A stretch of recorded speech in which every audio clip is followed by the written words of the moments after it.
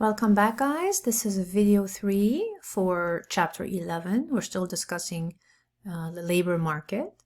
So a monopsony, if you recall, is when there is a single employer in town. It's one buyer of labor. The buyer is the employer and the seller is the employee, which is why the seller is the employee who gets paid by the employer.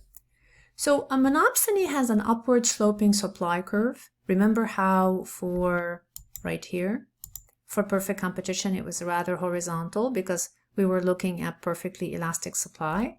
Well, if we look at this one, that's not true anymore, right? You have a normal looking supply curve. It's an upward sloping supply curve with most likely an elastic supply. This means they must increase wages to increase hiring because they are a company that isn't paying very well to begin with. The marginal factor cost exceeds the wage.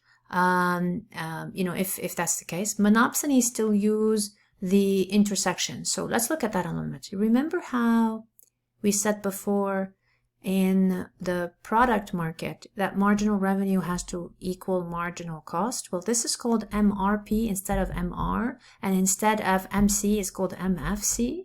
So look at it here a little bit. The intersection, here we can draw because, I am so good at this.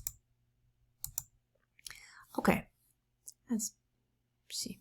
So if you look at this intersection right here, right? Oh, that didn't work.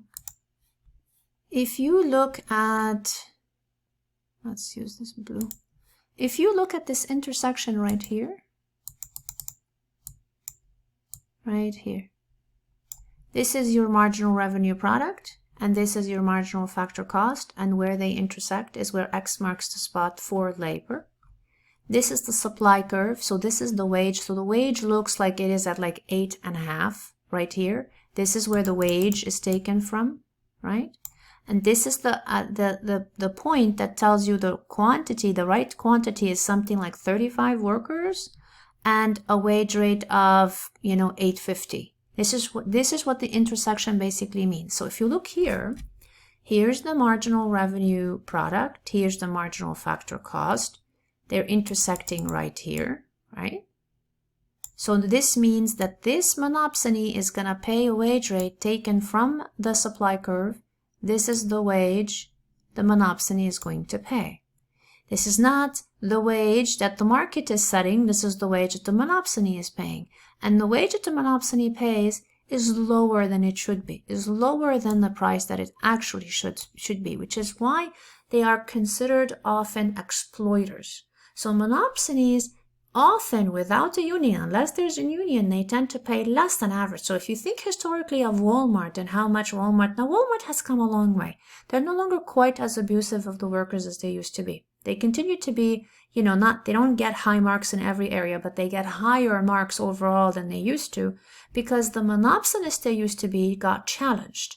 And they lost some of that advantage in a lot of places and stopped being a monopsony. So that town I was telling you about that could have 4 Walmarts might now have still 4 Walmarts, maybe even 5, but maybe it has 3 Targets and 2 Costco's and, 1 BJ's. It is getting more stiff competition. So it stops being such a major single, for the most part, employer in town. So when you see a graph that's showing you, remember how for a product market, you had the demand curve and the marginal revenue curve, and they were like descending scissors. These are ascending scissors, the marginal factor cost and the supply. It's just nice to see how things relate. So let's look at a monopsony profit maximization here. Obviously, this company is going to squeeze as much of its workers as possible. It should be paying the workers more like these rates up here where the yellow is, but it's paying them here. Monopsony employer can use their buying power to pay a wage lower than the value of the marginal revenue product for workers employed at E2. Monopsony power can lead to exploitation of employed workers because it simply pays less than it should pay. The market says it should pay a minimum of this one right here, but what it's really paying is below that. This is where the exploitation comes from. Now, if we were to look at a concept called derived demand, we're gonna discuss unions, and then I'll show you how that graph looks a little bit different. So here's a derived demand. What does the word derived mean? It means something is extracted from something else. What is the X and what is the Y here? The demand for labor is extracted, is derived from the demand for goods and services. For instance, people are buying more mobile phones. That increases the demand for lithium. But everybody who works in the lithium industry will see a boost. So for instance, the industry for lithium might be hiring more people and paying them more because there are more people buying mobile phones, so more employment for the field of lithium. This is derived demand. Think of it as holidays. When there's an increase in the number of people hired for the retail industry because people are buying more than usual for the holidays for goods and services. Consumer demand is creating derived demand for labor. That's basically what we're talking about here. Now here's another way of looking at it. We're discussing mobile phones, right? So an increase in demand of mobile phones means more microchips, more glass screens, more lithium batteries. This is a direct derived demand. There's an indirect one. When people have more mobile phones, they do things like they shop more, right? There's an increase in energy and oil because that's what all that plastic, that's where it's coming from. Maybe people end up ordering more because they have all their apps, and so they end up maybe helping restaurants boost their sales consequently. And the list can be a lot longer, but this is just a way of kind of understanding how there is direct derived demand and there's indirect derived demand. And derived demand is really important because the more competition there is in the market, the higher the derived demand. So we don't want necessarily monopsonies. We would rather see a competitive market, not perfect competition, just a competitive market. Okay. This is where union comes in. Union comes in to give the employees an edge. So we go from employer powers to employee power. Now you have a lot of details in your outline and in your textbook, but this is just to kind of help you really put it into perspective. And then if you want to flesh it out a little bit more, that's why all the notes are there. But this is just a really nice, oral overview of what's going on. Think of labor unions as employee power. So think of how lately some Starbucks stores have been unionizing, for instance, some Amazon level types of employees have been wanting to unionize as well. So lately we're seeing employees saying, we have been getting so abused for so long. We want a union who forces the company to negotiate with all employees at once, not with one at a time, so they can nickel and dime them and tell them, if you don't like it, we'll hire someone else.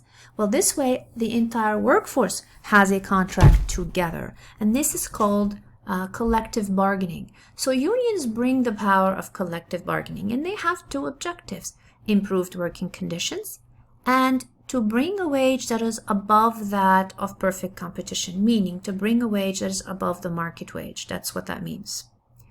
When we say improved working conditions, we mean better safety, better temperature inside, for instance, the factory. Do they have enough protective gear? Are they being allowed to hydrate properly? Do they have ventilation? All that is the union comes in and says, we want to make sure people are safe as possible on the job. They also want a wage that is higher than the market, right? So those are their two primary objectives. Now I want to show you something. Don't laugh. Okay. I do my best drawing with a mouse, and this is what it looks like. What can I tell you? So first I want to bring your attention down here a little bit to this graph. Notice how this is the market wage right here. So here's the demand for labor. That's the employers. Here's the supply for labor. That's the employees. This is the intersection. This is the equilibrium wage rate. And this is the wage rate that is being paid from the supply curve over here to the union, the WU, right? So this is higher than the market. Now, as far as what it looks like for them, so what it looks like for them is this. This is the market wage rate, right? This is the market wage rate, the minimum wage. This is the marginal revenue product, and it's a descending curve, right? This is the marginal factor cost, and it is an ascending curve. It upslopes. together with the supply curve, look what they do. They make like this upsloping pair of scissors. Where's the intersection? This is the intersection right here of the marginal revenue curve and the marginal factor cost. So if you come down here, you'll find that this is the ideal quantity of labor, whatever this is. Could be 15 people, could be 1,000 people. We continue up. We use the intersection so we can find the other points. We continue up and we say this is our supply curve. This is the wage that the union workers are getting paid. So in this case, the supply curve is above the marginal factor cost curve, not below it. Because it's above it, you end up with a wage rate, for instance, of 29 versus the market wage rate of 21. I believe I left you, I hand assembled, I think I did. I have one where I hand assembled them on a video for you. If you'd like to see it, by all means, it's there on Blackboard, so you can take a look at that. I'm going to stop right here and come back and hopefully wrap up in the last video. I'll see you in video number 4.